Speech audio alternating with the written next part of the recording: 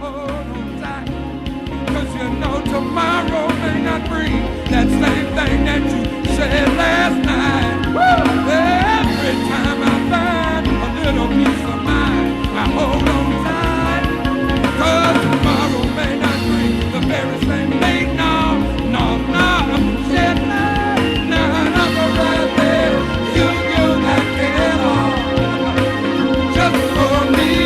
I'm so glad that you that care all just for me. I'm so glad that you that care all for a sinner like me.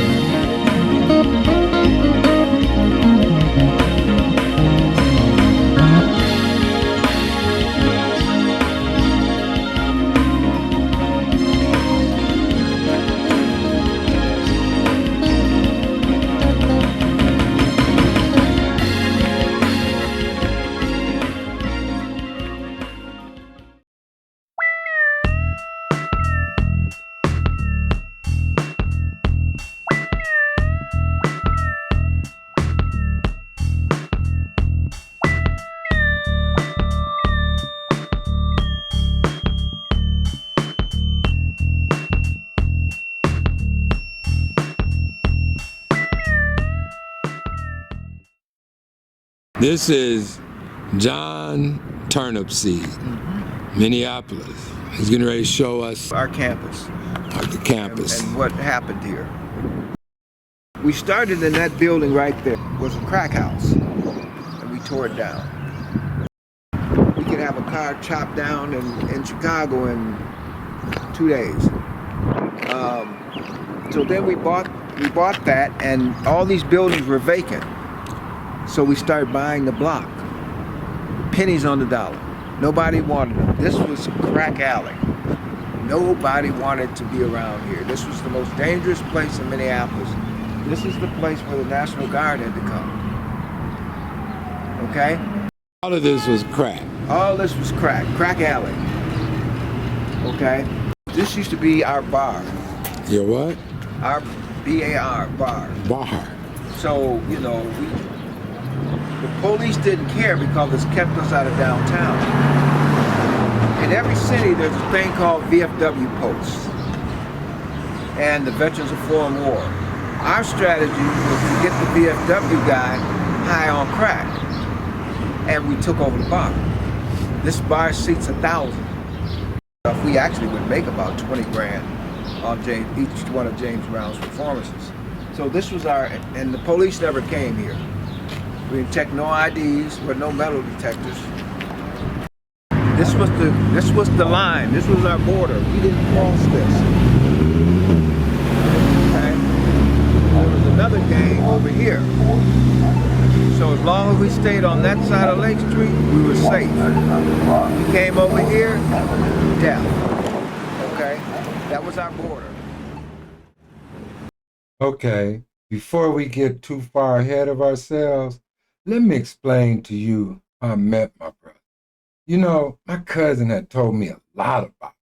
I mean, a lot. Sounded a lot like me. She told me that there was a lot of similarities, but I never met him. Talked to him on the phone, but I never met him until my cousin's daughter's wedding. So I flew up there, took my camera with me. So he came and picked me up from the airport. He got my hotel room together and everything. And he just really, really showed me around, made sure that I was well taken care of. I appreciated that. So anyway, we're sitting there and going through all the festivities and having a great, great time. And then he turned around and started telling me more about himself. Well, John, you tell him. Well, I came from Selma, Alabama, and a church-going family, very good family. I loved intact family, sharecropper family, Christian family. And we moved up here. My father moved up here first, and when we came up here, he had changed. He was no longer a deacon in the church, and he no longer went to church, and he drank, and he was very violent. We had never seen this before, but we had no family support. By the time I was 13, I was in jail for armed robbery. My life took a dramatic change. I was groomed to be a pastor when I was a kid. That was the greatest honor in our family. And now I was being groomed to be a drug dealer and pimp. I was taken in by a group of people that drug dealers, pimps, gangbangers, and they taught me things that I never should have learned. God had already dispatched angels to me. I didn't recognize him at the time. You know, he had dispatched one guy that convinced me to go get my GED because I dropped out of school. I was kicked out of school at 14, all the public schools. So the angels were there. I just didn't see them. I didn't believe in God. I didn't know that he existed. My life was at the end. And also my son got shot. It shot his leg off. It brutally shot him up. And he lived. And I seen that as a sign of there might be a God. And then that guy, Art Erickson, that had been sort of trying to talk to me for years, came to the court with me and convinced the judge to let me go on probation. And everybody was shocked because that doesn't happen. The judge, I don't even know if the judge knows what happened, but I know what happened. God had seen my heart had changed. When my son didn't die, and somebody came to help me even though I didn't deserve it, I knew that had to be God. So I asked him, you know, just to take control of my life. I didn't know how to live. I just didn't want to be who I was. And that the day I asked him to do that, I became a new person. I became a different person. People thought I went crazy, you know, because I was talking and acting and dressing different and stuff. But immediately God took control of my life. I also tell people, never mistreat anybody. You never know when you're talking to an angel, you know. So I try not to leave a bad taste in people's mouths, and I'm pretty open about my life. That's how all that happened. John also shared a little bit more about his story and things that kind of got him rolling in certain directions. Then he took me to an office of his. Also didn't know he was the CEO of Mad Dads of Minnesota. So we're sitting there and he's explaining that to me. And I found this on YouTube. Check it out. Today, I'm going to tell you about fixing the damn roof. The roof, if you look at this beautiful place here, it's beautiful. When you walk in, you've got all these lights and everything and pictures on the wall and cameras and things. Let's take the roof off of it. Let's just cut it right off. And let's come back next year and see what we see. We would not want to sit in these chairs. We would not want to hear a presentation because it would be nasty.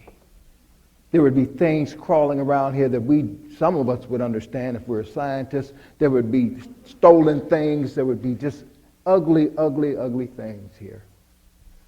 And the roof in a child's life is his father. The father protects him, keeps that area of protection over him. You understand? See, my father took the roof off of my life when I was 7 years old. And when he took the roof off of my life, all the ugliness of the world crept in that broken ceiling. My name is John Turnipseed. My family used to run these very streets, the Rolling 30s Blood Street Gang. My name is V.J. Smith, and I'm a mad dad. 30 of my family members are in prison for some degree of murder, you understand, 10 for first-degree murder, and I want that to stop. Mad Dads is an organization that fights against crime. It stands for Men Against Destruction, Defending Against Drugs, and Social Disorder. Dads accomplishes the impossible out here. You know, we have integrated ourselves out here in a positive way with the kids out here that need our help. I'm gonna ask you a question. What you gonna be when you grow up? Police. What color? See? That's what I'm talking about. I'm gonna be a lawyer. You gonna be a lawyer? I like that. Come on, hit it up. What you gonna be? Police officer. Come on now. What you gonna be? Mechanic. Come on, give it up. The truth hurts. Hey, Woo! Girl, give it up. We've been out on this street for over 100,000 hours, and we're not gonna stop now.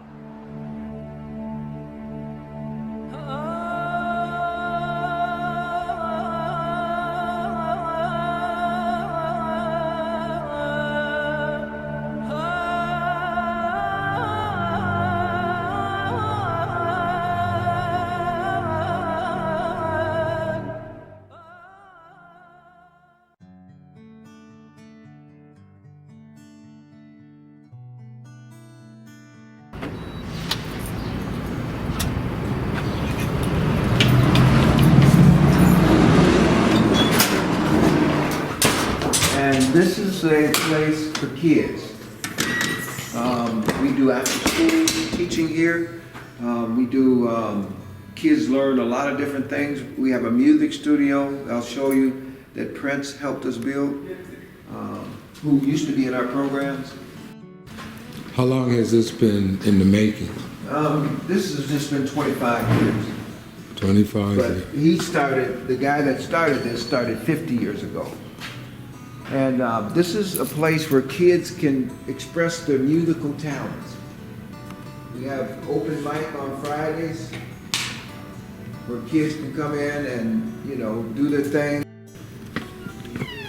This is our music studio. Look at here. We teach kids how to use this. You can't be just a participant. You have to learn how to use this and either learn guitar, vocals, rap, or piano. So you have to learn something here. And you know, I've done a lot of my recordings in here for my curriculum that I do and stuff. It's state of the art. So our kids really, this is a magnet for kids. Okay. This is all after school stuff. So after school, we always feed kids. You feed the kids? You got to feed them. We always have snacks. Some kids come here just to eat. But at least they have a place to come. They have a place to come and play. You know, we have mentors. Downstairs we have showers and all that kind of stuff. But the brick factory didn't used to have windows. So you didn't need windows with a brick factory, and they had a front door and a back door. So at night, when the owner left, he knew all of his guys were on crack. They could come in and sit on the bricks and smoke crack all night. And the police didn't even know they were in here and stuff. So as a drug dealer, this was one of my favorite spots. Because all I had to do is just stand out in the door there and they'll smoke all night till 6 in the morning.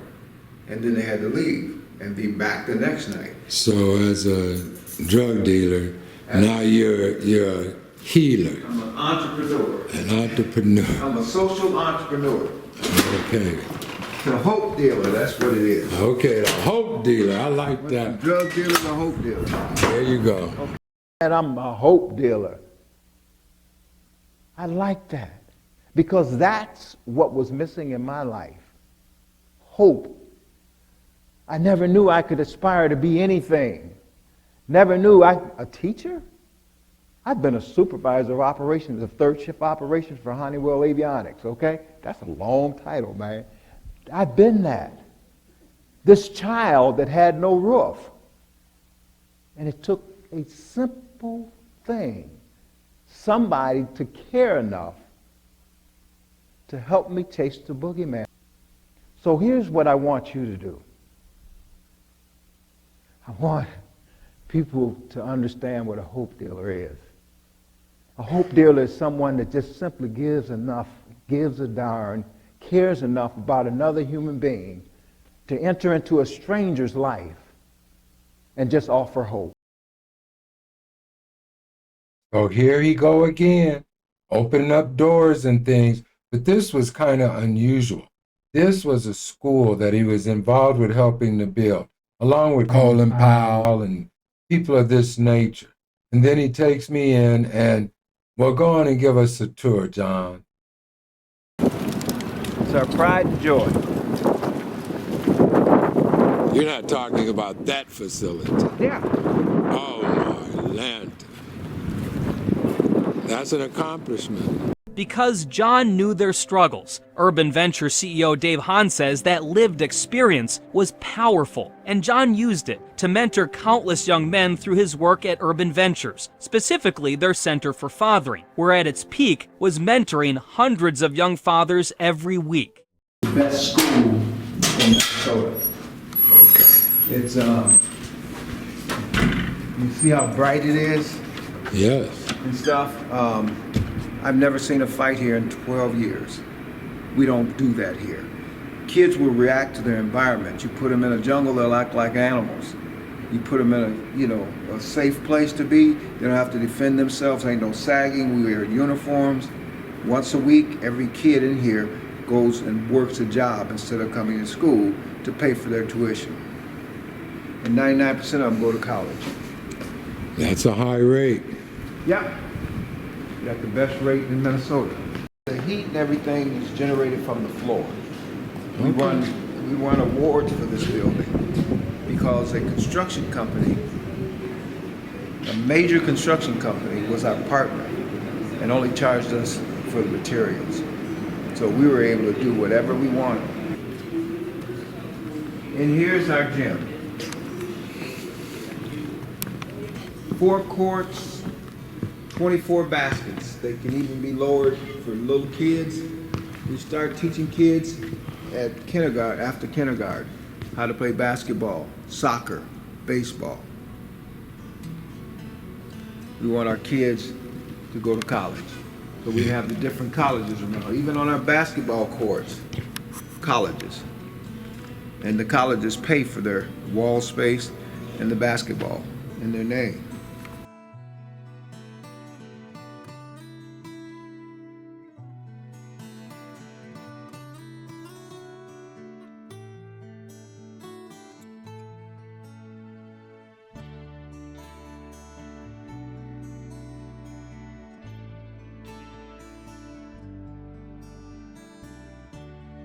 When the Timberwolves need a secret place to practice, this is it.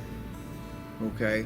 When we've hosted the Lynx, the Minnesota Lynx, the women's professional basketball team, when they were going for one of their championships, they wanted to get away, they came here. But that's the best field. Even the Minnesota professional soccer team practices on it because ain't no divots. It's private. You know, we have another one. That's small, a little smaller. It's artificially turfed down the block. This is for our kids. Flag football, soccer. Got a lot of Latino brothers.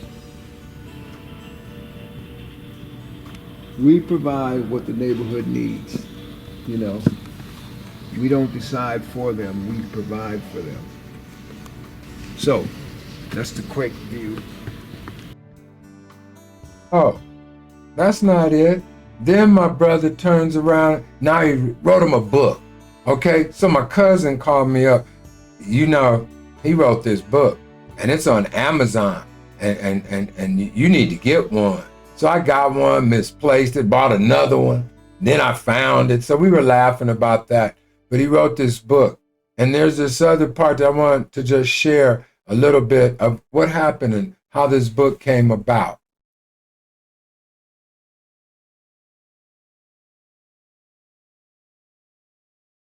Your book really is a story of a transformation and how God can restore you from that sort of life you described to what it ought to be. What was the big turning point for you personally? My dad was a deacon in the church, had never drank alcohol in his life, and had never been violent. When we came here, this was a different person. To me, he was the boogeyman. It was like the monster out of your worst dream was your dad now, and he was drunk and abusive, beat my mother every single day. Wow. Now, in your book, Bloodline, you talk about some of these things, and actually some of it with such candid honesty. I want to tell you a little bit about my family. In my family, there are 30 men in jail for some degree of murder, 10 for first-degree murder. I didn't count the people that were in jail for other things like child molestation or things of that nature, or assaults or things. They were smaller caliber. I mean, not meaning that they're not bad things. I just started counting murderers. And it amazed me. I didn't even think, even in my family. And I know each and every one of them, and there was one thing that each and every one of them had in common. The roof was broken. There was no daddy there, and if he was there, he was the wolf. So I was hiding from my daddy most of my childhood life. Can you imagine a child trying to lock his daddy out of the house? I was nailing down windows to keep the boogeyman out. So my family is ravaged with prostitutes, drug dealers, illiteracy. To get a GED in my family is a great accomplishment. We hardly ever see them.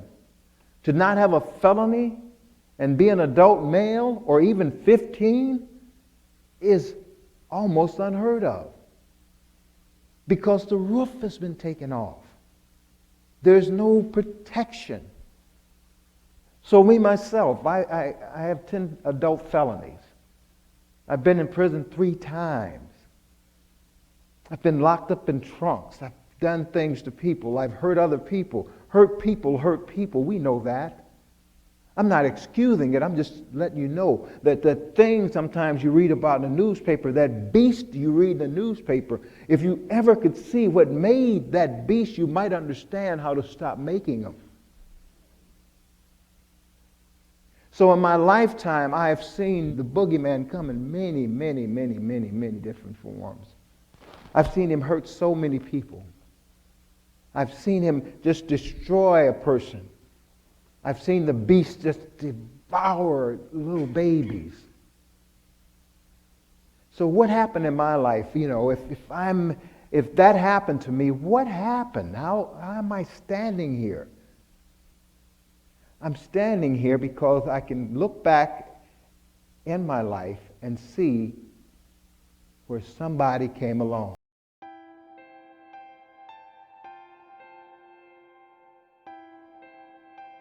No, no, no, no, no. That's not all that happened. There was even more.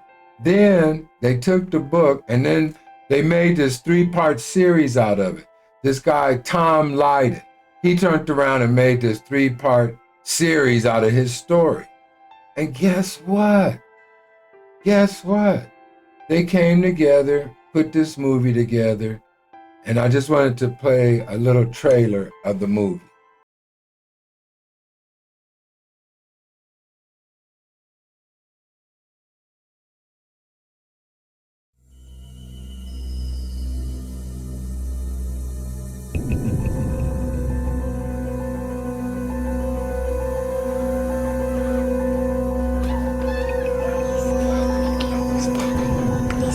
Every night, Please God, make it I pray he'd go away. Please God, make it stop. But I guess when your father is the devil, you can't expect God to answer your prayers.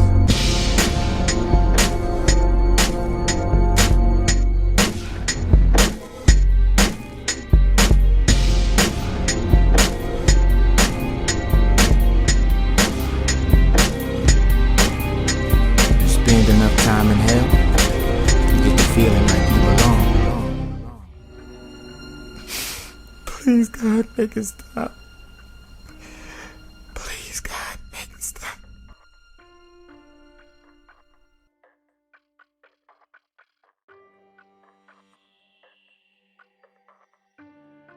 That's not all. The brother won an Emmy for that. He won an Emmy for that.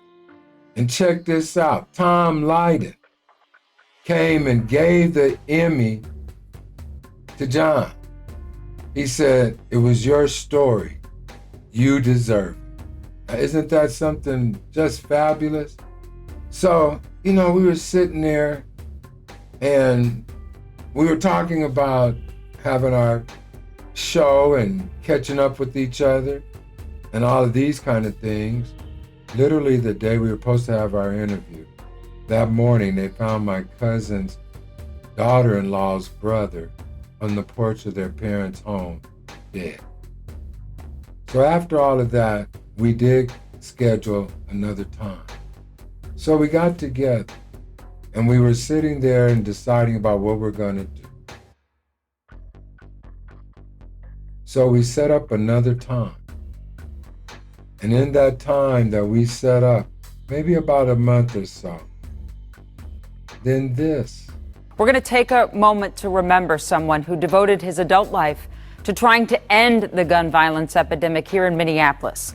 That man's name was John Turnipseed, and he died yesterday, sadly, but we're going to talk about how he lived because it was truly something. John went from being a gang leader as a young man to being a community leader who spent decades telling the story of his life turnaround to try and turn other lives that were like his around.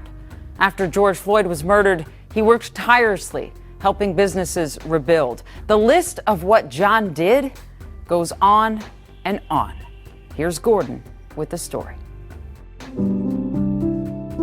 The legacy of John Turnipseed is both deep and wide. Many in Minneapolis have heard his story. It's a story of redemption. He was a gang leader in the streets of South Minneapolis. Involved in drugs and violence, and eventually serving time in jail, where his life changed forever. John came to know Jesus. He would want the audience to know that Jesus grabbed a hold of him. I wanted to tell you and share with you about this man named John.